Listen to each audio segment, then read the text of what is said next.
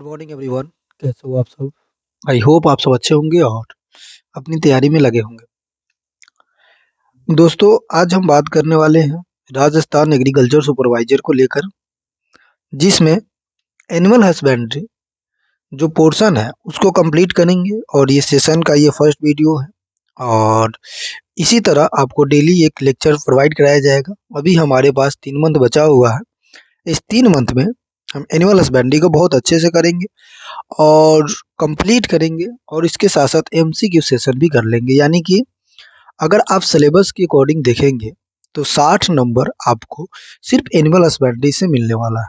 तो क्यों ना बचे हुए समय को हम 60 नंबर बहुत अच्छे से कर ले। अगर आपने कभी भी एनिमल हस्बेंड्री थोड़ी बहुत भी पढ़ रखा है तो आप उसे रिवाइज करेंगे। बाकी यहाँ से आपको टू द पॉइंट पढ़ाया जाएगा, जो एग्जाम पर्सपेक्टिव से काफ़ी इंपॉर्टेंट होने वाला है। ठीक है, और ए टू जेड कंप्लीट करेंगे। सिलेबस में अगर आप देखेंगे तो एग्रोनॉमी, हॉर्टिकल्चर और ये एनिमल हस्बेंड्री, जहाँ से आपको 180 नंबर मिलने वाला है, जिसमें से 60 नंबर अकेला एनिमल हस्बेंड्री देकर जाएगा। तो एनिमल हस्बेंड्री को हम कंप्लीट करेंगे। फिर इसी 3 मंथ के अंदर में हम एग्रोनॉमी, इसी 3 मंथ के अंदर में हम हॉर्टिकल्चर, और उसके साथ साथ अगर हम बात करें तो एमसीक्यू के प्रैक्टिस के माध्यम से, एमसीक्यू के माध्यम से हम अपनी तैयारी को बहुत अच्छे से बूस्ट कर लेंगे, बहुत अच्छे से समझ लेंगे, बहुत अच्छे से अपनी तैयारी को कंप्लीट कर लेंगे। ठीक है, तो आई होप आपको सारी चीज़ समझ में आएगी और आप लास्ट तक बने रहेंगे और सारी चीज़ें आप पढ़ देंगे। पढ़ने के साथ साथ अगर आपने नोटबुक बना ली है तो ठीक है, नहीं बनाई है तो खुद से एक नोटबुक भी बनानी है, चूँकि टू द पॉइंट पढ़ाएंगे तो इसमें थोड़ी सी मतलब डीप तो चलेंगे ही, लेकिन थोड़ी सी ज़्यादा डीप ना चलकर सिलेबस भी कंप्लीट करना है, उसके अकॉर्डिंग हम बात करेंगे। फिर एग्जाम ओरिएंटेड होगा, सारा क्वेश्चन ऐसे होगा जो आपको लगेगा कि मलाई है, जैसे कि दूध से मलाई निकाला जाता है, उसी तरह से आपको जो टू द पॉइंट वाली बात है वो हम करेंगे। ठीक है, चलिए स्टार्ट करते हैं हम एनिमल हस्बेंड्री के इंट्रोडक्टरी पार्ट से। इंट्रोडक्शन क्या होता है उससे हम समझते हैं। इंट्रोडक्शन समझने के लिए हमें थोड़ा सा पीछे चलना पड़ेगा। पीछे इन द सेंस की क्लास छोड़कर पीछे मत चले जाओ, पीछे इन द सेंस की हमें थोड़ी सी बेसिक समझना पड़ेगा। आते हैं, आइए समझते हैं। देखिए, आप अगर आपने थोड़ी सी भी एग्रीकल्चर पढ़ा होगा तो आप पढ़ते हो कि एग्रीकल्चर में सबसे पहले लैंग्वेज का जानना बहुत जरूरी हो जाता है, यही होता है। तो आप देखते हो कि जो लैंग्वेज है एग्रीकल्चर का, वो कौन सा लैंग्वेज से मतलब ड्राइव हुआ है। तो आप देखते हो लैटिन लैंग्वेज से ड्राइव हुआ है। किस बेसिस पे? अब लैंग्वेज का फॉर्मेशन कैसे हुआ है इसके बारे में हम तो वीडियो बना ही चुके हैं कि आखिर ये लैंग्वेज आया कैसे, हम लैटिन को फिर यूज़ क्यों करने लग गए। ये सारी चीज़ें हमने इंट्रोडक्टरी पार्ट में, यानी कि बेसिक एग्रीकल्चर देखेंगे तो इस यूट्यूब चैनल पे पड़ा हुआ है, वहाँ से आप देख लेंगे। फिलहाल हम बात करते हैं कि एग्रीकल्चर जो शब्द है वो 2 लैटिन वर्ड से मिलकर बना हुआ है, ये आपको पता है। तो कौन सा 2 वर्ड है? तो एक एग्री, या फिर उसी को हम एगर कहते हैं, प्लस में कल्चर। एग्री का मतलब होता है सॉइल और कल्चर का मतलब होता है कल्टीवेशन। आगे जब थोड़े सी भी अगर आपने मृदा विज्ञान या सॉइल साइंस पढ़े होंगे तो वहाँ पे देखा होगा कि सॉइल का जो मतलब होता है ये भी एक लैटिन वर्ड है, और किससे लिया गया है? सोलम शब्द से लिया गया है। और सोलम का मतलब होता है ए प्लस बी होरिजन। जब होरिजिन आप पढ़ते हो तो वहाँ पे ये चीज़ें क्लियर होती है। फिलहाल हम यहाँ पे आते हैं तो यहाँ पे एग्रीकल्चर का डिफिनेशन क्या हो गया? सॉइल में कल्टीवेशन करना किसी भी चीज़ को, उसे हम क्या कहेंगे? एग्रीकल्चर कहेंगे। लेकिन ये रहा परिभाषा उस समय का जिस समय लोगों के पास उतने संसाधन नहीं थी, उतनी आ, हमारे पास साधनें नहीं थी कि लोग ज़्यादा से ज़्यादा टेक्नोलॉजी यूज़ कर पाए और ज़्यादा से ज़्यादा टेक्नोलॉजी तरीके से एग्रीकल्चर कर पाए। तो उस समय की डिफिनेशन था, और सेंटेंस के अकॉर्डिंग भी ये डिफिनेशन बहुत अच्छा सुटेबल फील होता है।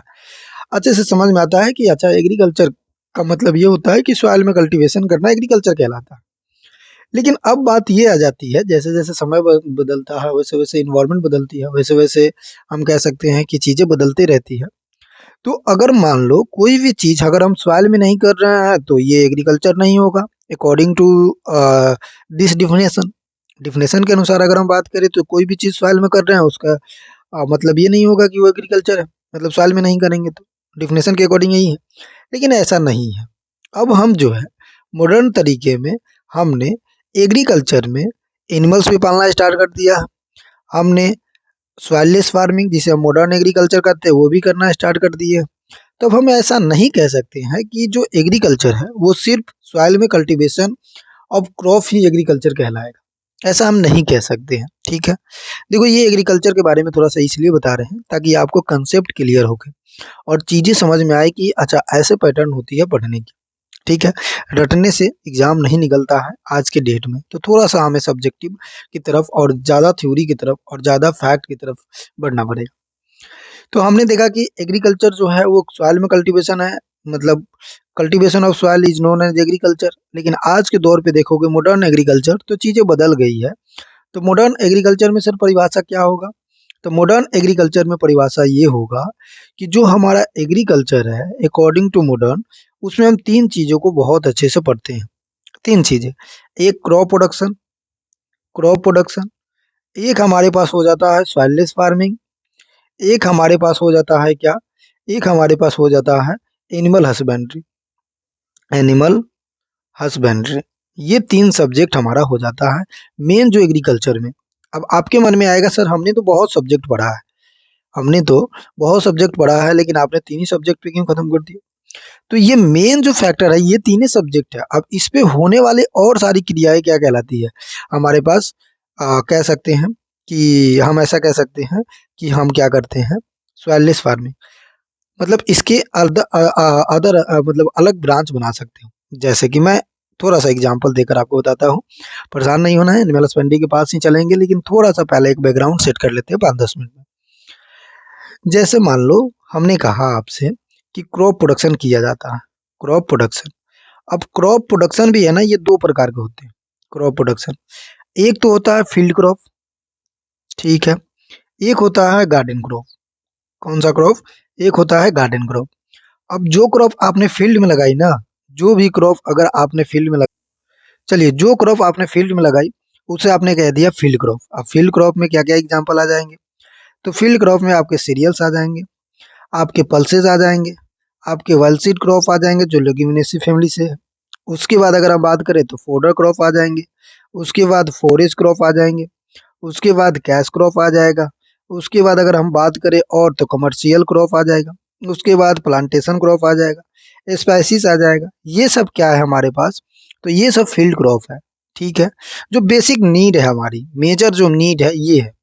पहले के लोग ना गार्डन क्रॉप को एज ए स्टैटिक्स लगाते थे, मतलब जो हमें थोड़ा सा मतलब सुंदर दिखे, मतलब गार्डन को हम ऐसे लगाते थे कि सुंदरता के लिए लगाते थे, ब्यूटिफिकेशन के लिए लगाते थे।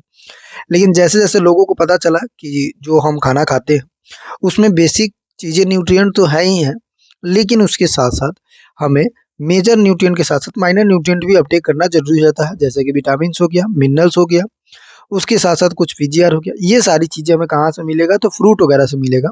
तो लोगों ने फ्रूट का कल्टीवेशन करना स्टार्ट कर दिया। ठीक है?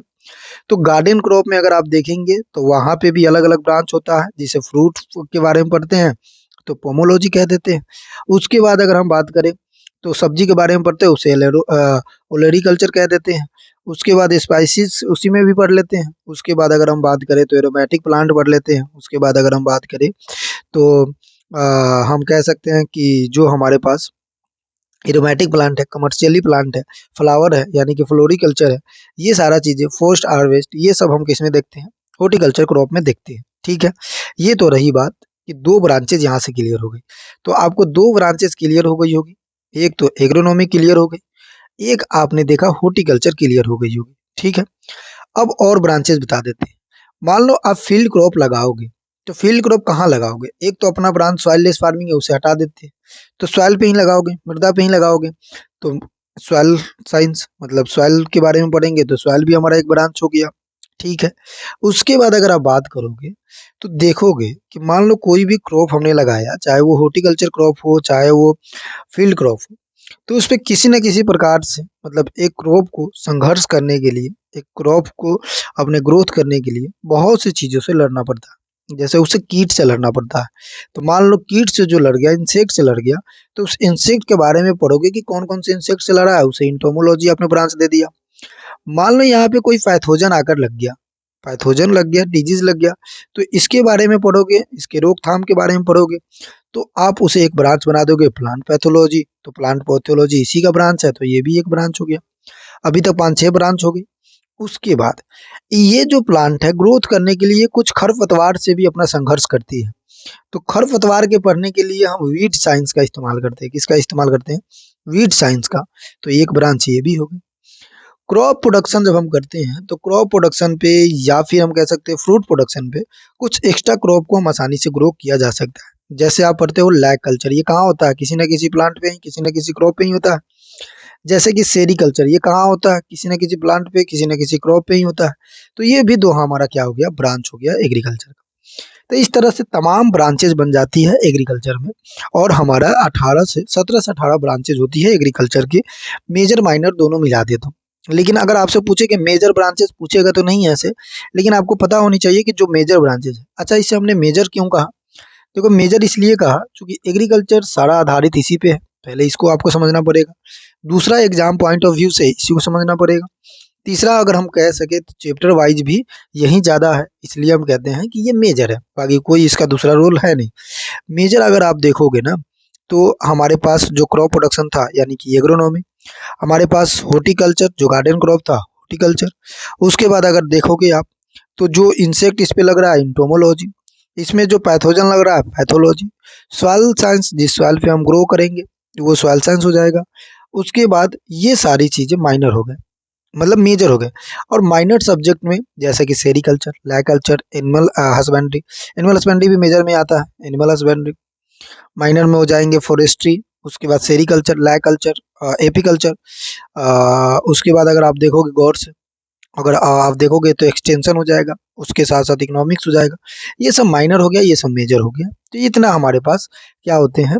ब्रांचेज होते हैं। अब इस ब्रांचेज में एक ब्रांचेज के बारे में हमने जिक्र कर लिया, क्रॉप प्रोडक्शन के बारे में, ठीक है।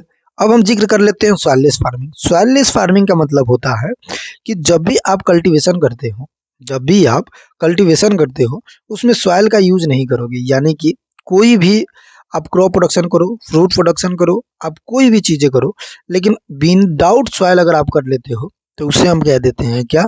हम कह देते हैं सॉइललेस फार्मिंग। इसी को हम कह सकते हैं हाईटेक या मॉडर्न फार्मिंग। जैसे पॉलीकल्चर, हाईटेक तो दूसरा चीज हो गया थोड़ा सा, पॉलीकल्चर, एपीकल्चर, एपीकल्चर कह रहे हैं, पॉलीकल्चर। उसके बाद देखोगे तो हाइड्रोपोनिक, उसके बाद देखोगे तो एरोपोनिक, उसके बाद देखोगे आप तो हम कह सकते हैं हाइड्रोपोनिक।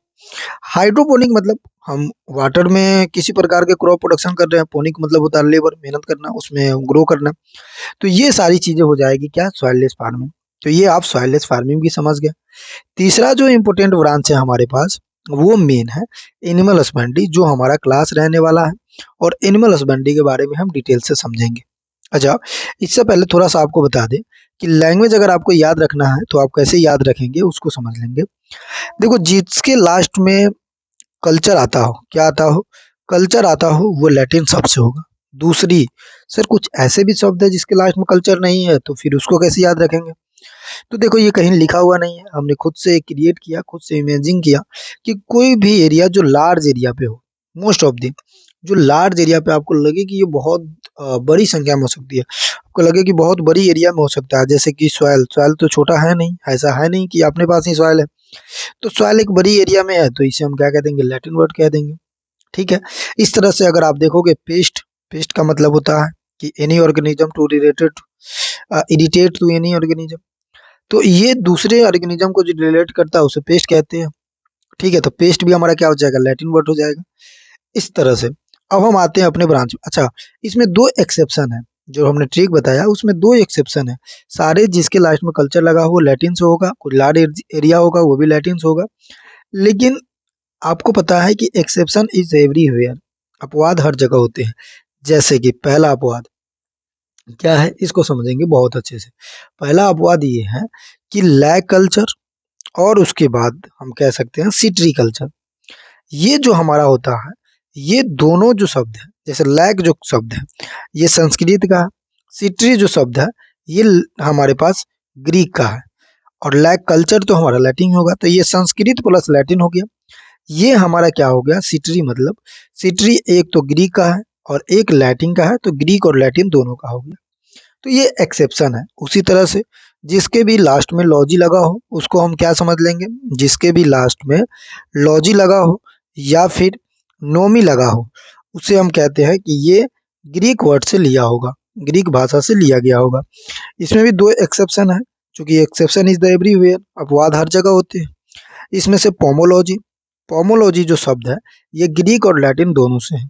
उसके बाद अगर बात करोगे तो सोशियोलॉजी होता है। सोशियोलॉजी का मतलब है कि जिसमें हम सोसाइटी के बारे में अध्ययन करते हैं, तो ये भी ग्रीक और लैटिन दोनों शब्द से बना हुआ है।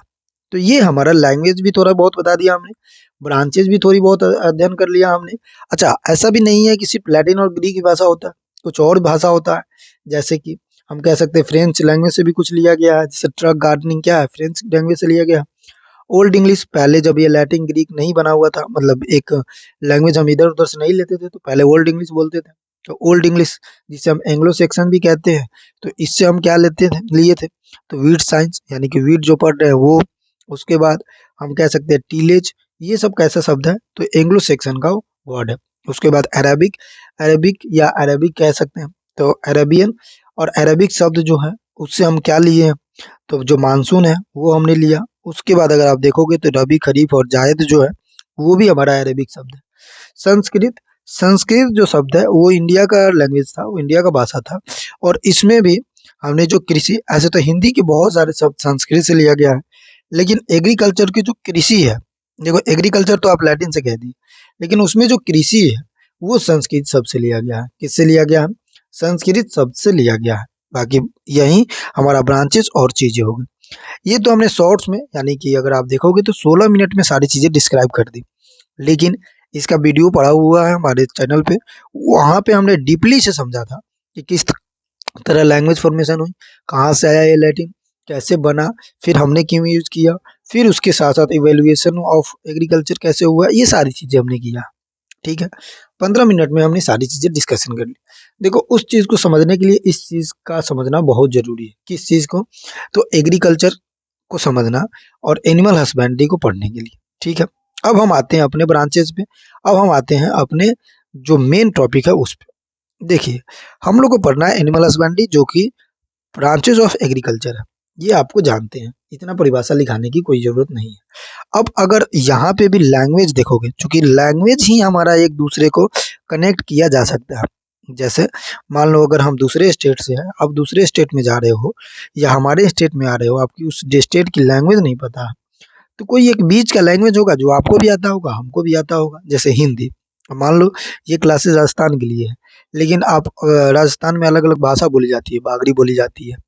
उसके बाद अगर आप देखोगे तो उदयपुर में अलग भाषा बोली जाती है, जोधपुर में अलग थोड़ी भाषा हो जाती है। तो इस तरह से अलग अलग भाषा है, लेकिन एक भाषा तो कॉमन है, हिंदी, जो आप सब समझते हैं। ठीक है, तो ये चीजें आपको पता होनी चाहिए, और इस चीज से लैंग्वेज इंपॉर्टेंट होना बहुत जरूरी हो जाता है। अब एनिमल हस्बेंड्री है ना, अब थोड़ा सा ट्रिक की तरफ याद करो कि एनिमल्स क्या छोटी चीज है। ऐसा है कि एनिमल सिर्फ हमारे यहाँ है, बाकी के यहाँ एनिमल्स है ही नहीं, तो ऐसा नहीं है। तो इसलिए हम कह सकते हैं कि एनिमल हस्बेंड्री जो है वो कैसा वर्ड है, एनिमल हस्बेंड्री हमारे पास ग्रीक वर्ड से लिया, लैटिन वर्ड से लिया गया, सॉरी लैटिन वर्ड से लिया गया। और ये इसका दो मीनिंग होता है, लैटिन का ये दो मीनिंग है। एक तो एनिमल्स का क्या मतलब होता है लैटिन में, एक हस्बेंड्री का क्या मतलब था लैटिन में, उसको समझना बहुत जरूरी है। तो एनिमल्स को लैटिन वाले ही बोलते थे, लैटिन भाषा जो बोलते थे वो एनिमल्स को क्या बोलते थे, तो लाइव स्टॉक बोलते थे। क्या बोलते थे, लाइव स्टॉक बोलते थे। ठीक है, हस्बेंड्री का मतलब होता है हु वन टेक केयर, यानी कि जो उसे टेक केयर कर सकता है, देख रेख कर सकता है। जैसे कि आप सब अगर पढ़ रहे हैं तो कहीं ना कहीं जॉब लगने के बाद हस्बैंड बनेंगे, तो आप अपनी वाइफ को क्या करेंगे, देख रेख करेंगे। ठीक है, तो इसका मतलब ये नहीं है कि एनिमल्स उसकी वाइफ हो गई, इसका मतलब ये है कि एनिमल्स के दो पर्सन देख रेख करेगा, वही हमारा क्या होगा, हस्बेंड्री होगा। उसी को हम क्या कहेंगे, हस्बेंड्री कहेंगे। हस्बेंड्री शब्द अगर हम देखें तो हस्बैंड से लिया गया है, जिसमें हम ये देखते हैं कि टेक केयर करता है, हस्बैंड का काम ही होता है टेक केयर करना। हालांकि हस्बैंड को कोई टेक केयर नहीं करता है वो अलग बात है, लेकिन काम होता है टेक केयर करने का। तो जो एनिमल्स के देख रेख करे उसी को हम क्या कह देंगे, एनिमल्स हस्बेंड्री कह देंगे। ठीक है, अब एनिमल्स के देख रेख करेंगे, कैसे देख रेख करेंगे उसको देख लेते हैं। अच्छा, उससे पहले हम थोड़ा सा लाइव स्टॉक के बारे में समझ लेते हैं कि लाइव स्टॉक क्या होता है, आखिर क्या अंतर है एनिमल्स में और लाइव स्टॉक में। देखो एनिमल्स की बात करें तो जितने भी एनिमल्स होते हैं, जितने भी पशु होते हैं वो सारे आ जाएंगे, जो पालतू भी है, जो नॉन पालतू भी है, जिसे हम पालते भी नहीं है, वो हमारा क्या आ जाएगा, एनिमल्स में आ जाएगा।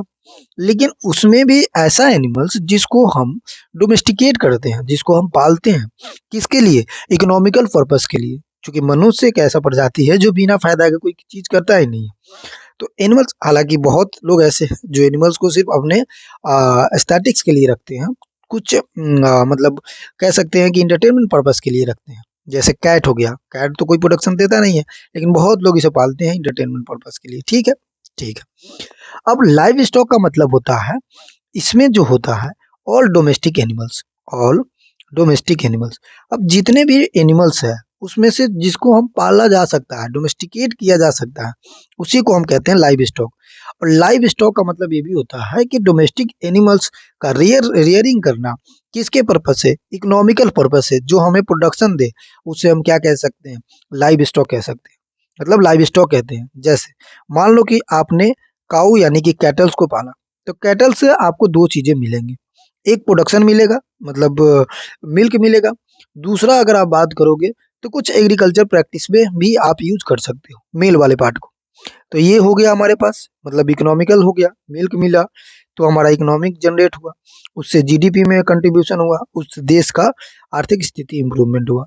उसके बाद इसका जो हम यूज कर सकते हैं फार्मर एज अ, जैसे आप देखते होंगे पहले के डेट में टीलेज जो प्रैक्टिस हुआ करता था वो एनिमल्स के द्वारा ही हुआ करता था, एनिमल्स के द्वारा। हालांकि आज भी मुझे ऐसा लगता है कि एनिमल्स के द्वारा ही होता है। एनिमल्स के बहुत सारे यूजेज हैं, और तो जिस एनिमल्स को हम पालते हैं अपने इकोनॉमिकल कंडीशन के लिए, अपने इकोनॉमिकल कंडीशन कह रहे हैं, अपने इनकम के लिए, अपने आय को बढ़ाने के लिए, उसी को हम क्या कह देते हैं, लाइव स्टॉक कह देते हैं। तो अगर अब हम डिफिनेशन एक लिखना चाहे कि एनिमल हस्बेंड्री किसे कहते हैं, तो हम क्या कहेंगे, अगर हम डिफिनेशन लिखना चाहें कि एनिमल हस्बेंड्री हम कैसे कहेंगे, तो हम ऐसा कह सकते हैं, it is the branch of agriculture. ये एक शाखा है किसकी, एग्रीकल्चर की, कृषि की, जिसमें हम लाइव स्टॉक के अध्ययन करते हैं। यानी कि हम इसमें पशुधन के बारे में अध्ययन करते हैं।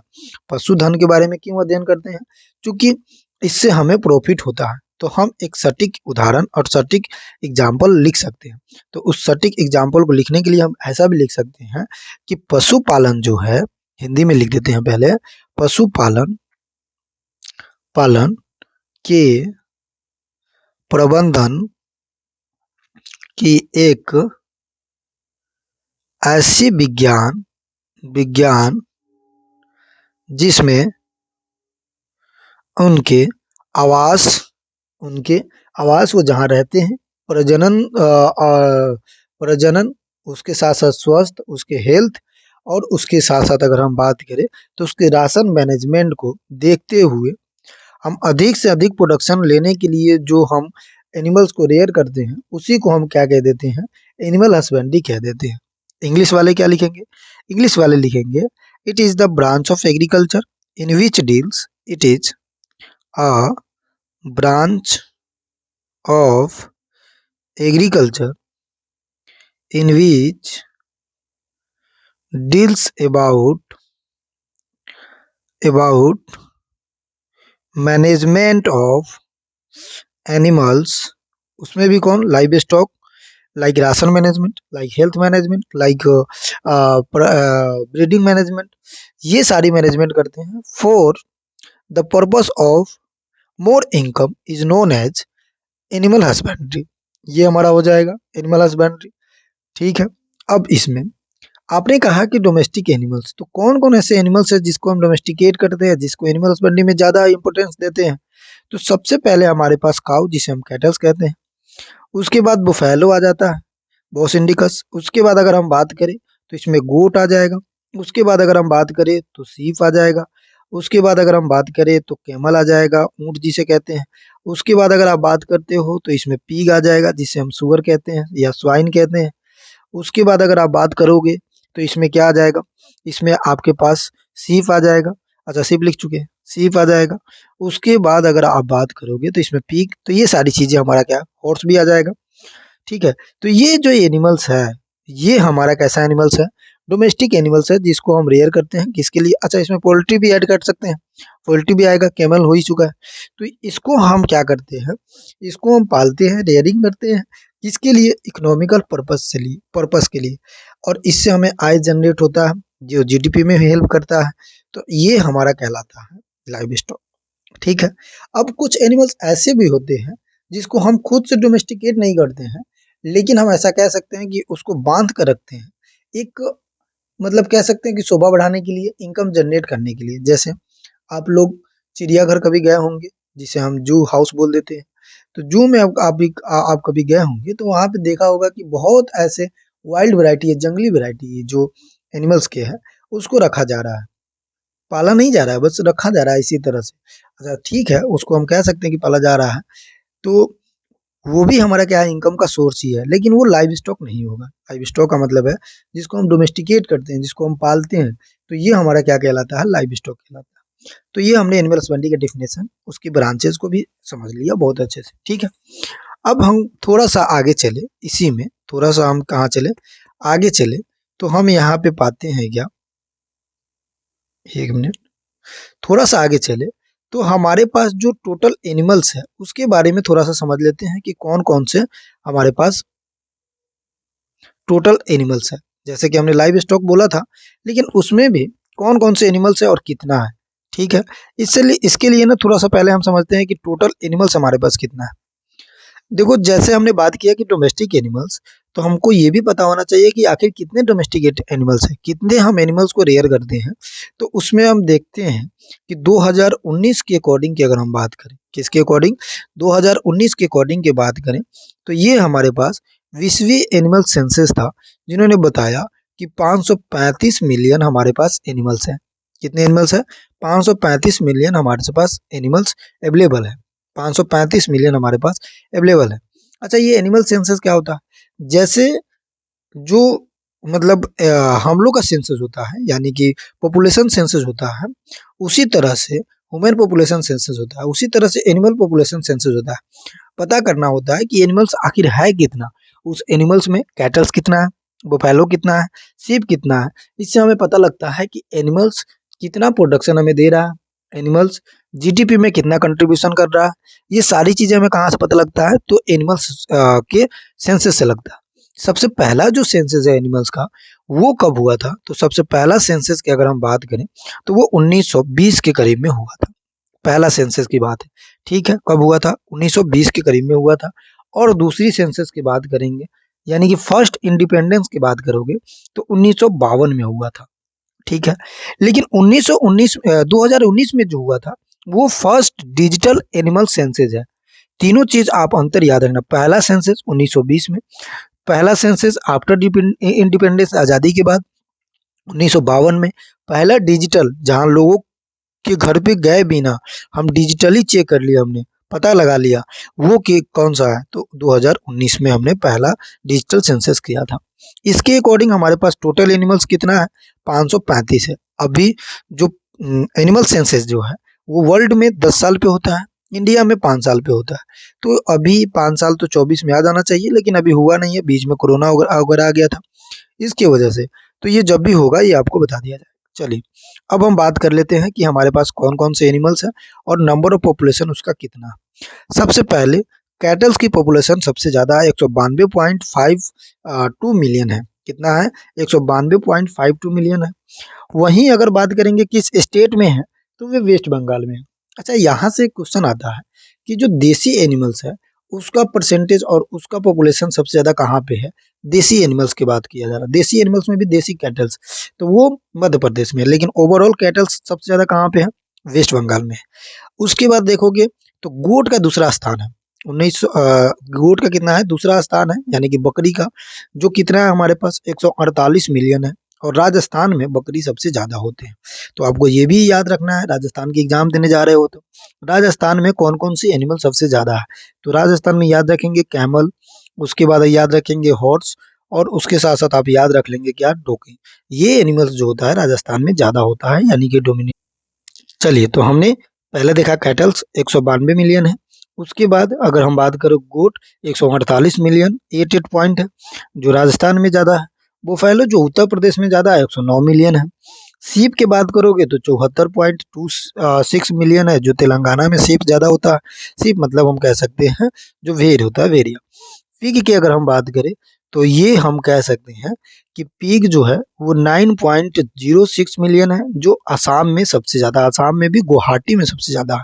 सुअर सबसे ज़्यादा कहाँ पे है? गुवाहाटी में। अच्छा, सीप के बारे में हमने अभी बात किया कि तेलंगाना में सबसे ज़्यादा है, 74.26 मिलियन है। लेकिन अगर आपसे पूछे कि सीप से जो प्रोडक्शन निकलती है, जिसे हम क्या कहते हैं? ऊन कहते हैं। ऊन का प्रोडक्शन राजस्थान कितना करता है? मतलब इंडिया में राजस्थान का कौन सा रैंक है? तो पहला रैंक है, ये याद रखें। ठीक है, 48% जो ऊन का प्रोडक्शन है सिर्फ राजस्थान ही करता है। आगे हम बात करेंगे इसके बारे में। उसके बाद आपको कैमल को याद रख लेना है कि 0.25 मिलियन कैमल होता है, जो राजस्थान में ज़्यादा है। बाकी आप पॉइंट को नहीं नोट करेंगे, ये 5 आप याद रखेंगे: कैटल्स, बुफैलो, गोट, सीप, पीग और कैमल। 6 जो हमारा पॉइंट है इसको याद रखना है। तो कैटल्स कितना हो जाएगा जी? 192। उसके बाद बुफैलो कितना हो जाएगा? 109। गोट कितना हो जाएगा? 148। सीप कितना हो जाएगा? तो 74।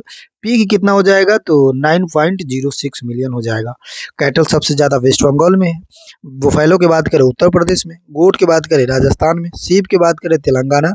लेकिन सीप से होने वाली जो प्रोडक्शन ऊन है, उस ऊन का प्रोडक्शन राजस्थान सबसे नंबर 1 है। याद रखेंगे, इस चीज़ को कंफ्यूज नहीं होंगे। पीक की अगर बात करें तो ये 9.06। वहीं अगर हम बात करें कैमल का तो 0.25, जो राजस्थान में ज़्यादा होता है। ठीक है, चलिए ये तो टोटल एनिमल्स और पॉपुलेशन के बारे में जिक्र कर लिया। इस तरह से कुछ एनिमल्स हैं जो आप देखते ही होंगे। अब हम थोड़ी सी हिस्ट्री के बारे में बात कर लेते हैं कि आखिर ये जो एनिमल हस्बेंड्री है, ये किसने सबसे पहले स्टार्ट हुआ या स्टार्ट हुआ, उसके पीछे का लॉजिक क्या है, इसको समझना हमें थोड़ी सी ज़्यादा ज़रूरी हो जाती है, ताकि हमें पता हो जाए कि एनिमल्स जो है वो कैसे कैसे डोमेस्टिकेट किया गया था और कब हुआ था। ये सारी चीज़ें हम पहले समझ लेंगे। किस में समझेंगे? तो हम हिस्ट्री में समझ लेंगे कि इसका क्या हिस्ट्री है। ठीक है, चलिए हिस्ट्री की बात करें तो 10,000 बीसी की अगर हम बात करते हैं तो आपको पता है कि 10,000 बीसी में हम लोग की अगर बात करें एनिमल्स को छोड़कर, तो हम लोग हंटिंग करते थे, शिकार करते थे, यानी कि एनिमल्स को मार के खाते थे। अब देखो ये कैसा भी नमूना है कि हम लोग खुद एनिमल्स के बारे में पढ़ रहे हैं, लेकिन हम लोग उसी समय एनिमल्स को मार के खाते थे। लेकिन जो हमारे काम के एनिमल्स होते थे, मतलब जैसे कि पहले लोग क्या करते थे, जंगलों में जाते थे, एनिमल्स को खोजते थे, मरा हो या फिर जिंदा हो, मार कर खा जाते थे।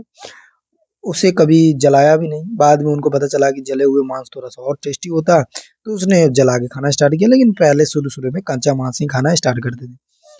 इन्होंने देखा कि जो कैटल्स है, सॉरी, जो डॉग है यानी कि कुत्ता है, वो हमसे जल्दी जा रहा है और जल्दी हमसे ज़्यादा पहचान ले रहा है कि कहाँ पे मीट पड़ी हुई है, कहाँ पे कोई मांस पड़ी हुई है, या कहाँ पे डेड बॉडी पड़ा हुआ है। जैसे आप देखते होंगे कभी सीआईडी वगैरह, कभी मूवी वगैरह में, कि डॉग का इस्तेमाल किया जाता है किसके लिए? तो किसी फॉरेस्ट एरिया में किसी डेड बॉडी को पहचानने के लिए। क्यों करते हैं? क्योंकि डॉग का जो स्मेलिंग पावर है वो बहुत ज़्यादा काफ़ी तेज होता है, रनिंग भी ज़्यादा करता है तेजी, उसके बाद सर्चिंग भी बहुत जल्दी कर लेता है। तो मनुष्य ने सोचा कि एक काम करते हैं, हम जाते हैं तो कुछ नुकसान हमें भी होता है, सारा दिन लग जाता है, कुछ और घर का काम भी नहीं कर पाते। तो एक काम करते हैं, हम डॉग को भेजते हैं, पहले डॉग पता लगा के आएगा, फिर अपन जाएंगे सिर्फ लेके चले आएंगे। तो इसने क्या किया, लोगों ने क्या किया, मनुष्य ने क्या किया, डॉग का डोमेस्टिकेशन करना स्टार्ट कर दिया। तो डॉग का जो डोमेस्टिकेशन है वो 10,000 बीसी में, और यहीं से एनिमल हस्बेंड्री का स्टार्टअप हुआ, यानी कि यहीं से एनिमल हस्बेंड्री का इंट्रोडक्शन हुआ। अब 10,000 बीसी में डॉग का डोमेस्टिकेशन होता है। उसके बाद 8700 बीसी में क्या होता है, तो 8700 बीसी में लोग सीप का डोमेस्टिकेशन करना स्टार्ट कर दिया। अब 10,000 से 8700 थोड़ी सी क्या हो गई, एडवांस हो गई। लोगों को थोड़ी बहुत पता चली गई, चल गया। तो उन्होंने क्या किया, ऊन निकालना स्टार्ट कर दिया। किससे? सीप से। क्योंकि ऊन कहाँ से निकलेगा? सीप से। ऊन से क्या बन सकता है? कपड़े बन सकता है। तो उस ऊन का इस्तेमाल किया कपड़े बनाने में, और इन्होंने 8700 बीसी में सीप का डोमेस्टिकेशन किया। उसके बाद अगर आपसे एक क्वेश्चन पूछ दे इस दोनों में से कि बताओ इन जनरल सबसे पहला एनिमल्स डोमेस्टिकेशन कौन है, तो डॉग है।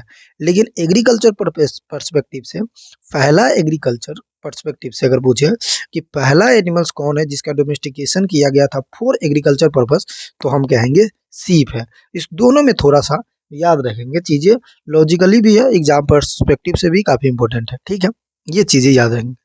अब आता है 8700 बीसी। कब आता है? 8700 बीसी, जिसमें गोट का डोमेस्टिकेशन किया गया। किसका डोमेस्टिकेशन, गोट यानी कि बकरी का डोमेस्टिकेशन किया गया, याद रखेंगे। उसके बाद अगर हम बात करते हैं किसके बारे में, उसके बाद बात करते हैं 6000 बीसी। तो 6000 बीसी में किसका डोमेस्टिकेशन किया गया था, कैटल्स एंड पिग यानी कि सुअर का डोमेस्टिकेशन किया गया। तो पहला याद रखेंगे। देखो इस पे तो थोड़ी लिखने में कठिनाई है, आपको लग रहा है कि क्या लिखा जा रहा है, लेकिन हम बोल दे रहे हैं उससे भी आप याद रख लेंगे। 8700 बीसी, सबसे पहले 10,000 बीसी डॉग का डोमेस्टिकेशन इन जनरल रूप से सबसे पहला एनिमल्स डोमेस्टिकेशन। उसके बाद अगर आप देखोगे 8700 बीसी जिसमें सीप का डोमेस्टिकेशन, और इन एग्रीकल्चर पर्सपेक्टिव से सबसे पहला एनिमल्स का डोमेस्टिकेशन। उसके बाद 7700 गोट का। 6000 की बात करें तो कैटल्स एंड पिग यानी कि स्वाइन यानी कि हम कह सकते हैं सुअर का डोमेस्टिकेशन हुआ। 2200 बीसी में देखेंगे तो यहाँ पे दो डोमेस्टिकेशन किया गया, डोमेस्टिकेशन तो नहीं कह सकते, एक डोमेस्टिकेशन एक कल्टीवेशन। पहला अगर देखोगे एनिमल्स के पर्सपेक्टिव से, तो एनिमल्स के पर्सपेक्टिव से हमने बुफैलो एंड पोल्ट्री का डोमेस्टिकेशन करना स्टार्ट कर दिया। लेकिन वहीं आप एग्रीकल्चर पर्सपेक्टिव में क्रॉप प्रोडक्शन के अनुसार देखोगे तो राइस का डोमेस्टिकेशन हमने 2200 बीसी में भी ये स्टार्ट किया था। तो ये कुछ हिस्ट्री है जो आपको याद रखनी है कि हिस्ट्री ऑफ एनिमल हस्बेंड्री क्या होता है। जैसे 10,000 बीसी डॉग का डोमेस्टिकेशन इन जनरल, सबसे पहला एनिमल्स डोमेस्टिकेशन। 8700 बीसी सीप का डोमेस्टिकेशन इन जनरल, सबसे पहला in agriculture perspective first domestication of animals. 8700 BC में, 7700 बीसी में गोट, 6000 बीसी में पीग, और उसके साथ साथ हम बात करें तो कैटल्स। उसके बाद 2200 बीसी में पोल्ट्री और उसके साथ साथ बुफैलो। ये हमारा क्या है, हिस्ट्री ऑफ डोमेस्टिकेशन, मतलब हिस्ट्री ऑफ एनिमल हस्बेंड्री है। अब हमें ये थोड़ी पता होनी चाहिए कि इम्पोर्टेंस इसका क्या है, इम्पोर्टेंस ऑफ एनिमल हस्बेंड्री क्या है। तो इम्पोर्टेंस क्या है, देखो सबसे पहला इम्पोर्टेंस तो प्रोडक्शन हमें मिल रहा है, तो प्रोडक्शन से हम बाई प्रोडक्ट भी बना सकते हैं। जैसे मिल्क है, मिल्क हमारा प्रोडक्शन है, मीट हमारा प्रोडक्शन है, हमारे पास कह सकते हैं डंग पार्ट प्रोडक्शन है, एग प्रोडक्शन है, ऊन प्रोडक्शन है, लेदर प्रोडक्शन है, ये सब एनिमल्स का प्रोडक्शन है। सबसे पहला इंपॉर्टेंस क्या हो जाएगा, production of animals, production of animal product. Animal product में पहला आ जाएगा मिल्क, दूसरा आ जाएगा हमारे पास मीट, तीसरा आ जाएगा डंग, चौथा आ जाएगा एग, पांचवा आ जाएगा ऊल, छठा आ जाएगा लेदर। ये सब प्रोडक्शन है। अगर आप देखोगे तो मिल्क से भी हम बाई प्रोडक्ट बनाते हैं। जैसे मिल्क को आप गर्म करते हो और उसमें से फैट रिमूव कर लेते हो तो वो क्या बन जाता है, क्रीम बन जाता है, आपको ये पता है, ठीक है। मिल्क को आप गर्म करते हो, उसमें किसी प्रकार के स्टार्टर डाल देते हो तो उससे कर्ड बन जाता है, ये भी आपको पता है। मिल्क जो है, ऊन को भी अगर आप फॉर्मेशन करना चाहते हो तो उससे कपड़े बना लेते हो। तो पहला तो हमारा रहा प्रोडक्शन, पहला क्या रहा, प्रोडक्शन। अब हम बात करते हैं किसके बारे में, इसमें कुछ लाइव स्टॉक जो है, इसमें कुछ लाइव स्टॉक हमारा दूसरे पर्सपेक्टिव से इम्पोर्टेंट है, दूसरे पर्सपेक्टिव से जरूरी है उसके बारे में। जैसे in India population depend upon live stock for the their livelihood, यानी कि अपन जीवन यापन करने के लिए इंडिया के लोग कितने डिपेंड होते हैं लाइव स्टॉक पे। तो ये हमें पता होनी चाहिए कि इंडिया के लोग कितने डिपेंड होते हैं। तो हम कह सकते हैं कि इंडिया के लोग हमारे पास 20 मिलियन जो लोग हैं वो कंट्रीब्यूट तो नहीं, मतलब डिपेंडेंट है किस पे, लाइव स्टॉक पे 20 मिलियन। ऐसे पॉइंट में बात करें तो 20.5 होता है, लेकिन हम एग्जैक्ट याद रख लेंगे 20 million. Live stock generate employment of the total employment of country, मतलब जितने भी हमारे पास रोजगार है उसमें से एग्रीकल्चर में, मतलब लाइव स्टॉक कितना रोजगार पैदा करती है या कितना रोजगार देती है। तो हम कह सकते हैं क्या, हम ये कह सकते हैं कितना है, तो हमारे पास हो जाएगा 5.5, नहीं 5.5 ये नहीं होगा, ये हो जाएगा 8.8। हम इसे 9% भी कह सकते हैं, यानी कि अगर 100 लोग का जॉब देता है पूरे इंडिया के मतलब इंटरप्राइजेज, जिसमें से एग्रीकल्चर में उसमें भी एनिमल हस्बेंड्री 8 लोगों का 9 लोगों का जॉब दे देती है, ठीक है, ये आपको पता होगी। Animal husbandry contribution in agriculture sector GDP, मतलब एनिमल हस्बेंड्री एग्रीकल्चर में कितने जीडीपी कंट्रीब्यूट करती है। तो आपको ये पता होना चाहिए कितना कंट्रीब्यूट करती है एनिमल हस्बेंड्री में। तो हम कहेंगे कि एनिमल हस्बेंड्री में ये कंट्रीब्यूट करती है 25 से 30%, 25 से 30%। अब देखो ये कैसा है, मान लो कि पूरे एग्रीकल्चर में 100% कंट्रीब्यूट हो रहा है, 100% इसके रख लेते हैं, उसमें से सिर्फ एनिमल्स वाला जो पार्ट है वो कितना कर रहा है, 25 से 30% कर रहा है। अब बताओ 25 से 30% अकेला ये इसका कंट्रीब्यूशन है, बाकी हॉर्टिकल्चर, बाकी एग्रोनॉमी, बाकी अदर ब्रांचेस का जो भी कंट्रीब्यूशन है वो है ही है। तो ये हमारा किसका कंट्रीब्यूशन है, एग्रीकल्चर में एनिमल हस्बेंड्री का कंट्रीब्यूशन है। अगर आपसे सिर्फ पूछ दे कि एनिमल हस्बेंड्री का कंट्रीब्यूशन टोटल जो जीवीए का मतलब होता है ग्रॉस वैल्यू एडेड, उसमें कितना है, तो उसमें हमारे पास कितना हो जाएगा, उसमें हमारे पास हो जाएगा 5.2, यानी कि 5% के आसपास में एनिमल हस्बेंड्री जीबीपी में ग्रोथ अपना कंट्रीब्यूशन करती है। तो ये importance of animal husbandry, animal husbandry का इंट्रोडक्शन, एनिमल हस्बेंड्री के थोड़ा सा बैकग्राउंड, एनिमल हस्बेंड्री के उसके बाद हिस्ट्री, ये हमने समझ लिया है। अब इससे इम्पोर्टेंट पार्ट रिवोल्यूशन के बारे में समझेंगे, जो हम कल बात करेंगे कि कौन कौन से इम्पोर्टेंट इसमें रिवोल्यूशन तैयार किया गया, कौन कौन से ऐसे रिवोल्यूशन है जो तैयार किया गया है और जो एग्रीकल्चर पर्सपेक्टिव से और एनिमल हस्बेंड्री से काफ़ी इंपॉर्टेंट है। इसके बारे में हम कल की क्लास में डिस्कशन करेंगे, यानी कि नेक्स्ट लेक्चर में डिस्कशन करेंगे। तो आई होप कि आप अगर शुरू से लास्ट तक देख रहे हैं तो आपको सारी चीज़ें समझ में आया होगा। बाकी किसी प्रकार की दिक्कत हो रही है तो कमेंट डिस्क्रिप्शन में, यानी कि आप कमेंट कर देंगे क्या दिक्कत है आपको, क्या परेशानी है, क्या चीज़ें पे इम्प्रूवमेंट करनी चाहिए। बाकी आपको ये पीडीएफ भी टेलीग्राम ग्रुप में मिल जाएगा, तो आप अगर टेलीग्राम से नहीं जुड़े हैं तो वहाँ से जुड़ जाइए, क्वेश्चन प्रैक्टिस भी होता है और साथ में आपको डेली बेसिस पे वहाँ क्वेश्चन कराया जाता है, जिससे आपके आने वाले जितने भी अपकमिंग एग्जाम है उसमें आपको क्या हो, मजबूत हो और उसमें आपकी प्रैक्टिस मजबूत हो।